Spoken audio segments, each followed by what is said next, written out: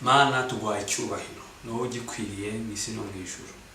Ni wowe mwami utubeshejeho, kuba turiho, kuba duhumeka ni ku bwawe. Mfatanyije na mwene data kugushimira ko ukimurinze. Mwami tugushimiye uburinzi bwawe bukomeye ku buzima bwacu. Ariko kandi mwami tuzi ko Satani aduhiga. Twishyize munsi y'ubutware bwawe, twishyize munsi ya protection yawe.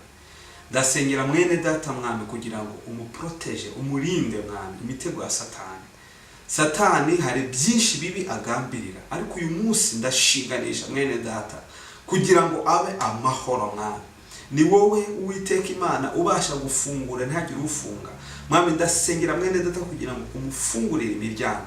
Hari ibyo yibaza adasobanukiwe, uyu munsi ndasinze kugira ngo umusobanurire. Mwami hari ibyo atabona inzira, uyu munsi ndasinze kugira ngo uce inzira.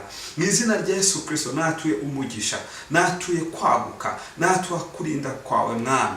Haba mu kazi dukora ndasize kugira ngo tubone ikiganza cyawe, haba mwami abiga ndasize kugira ngo ubigaragaze mu masomo yabo, haba ari abakora business zitandukanye mwami.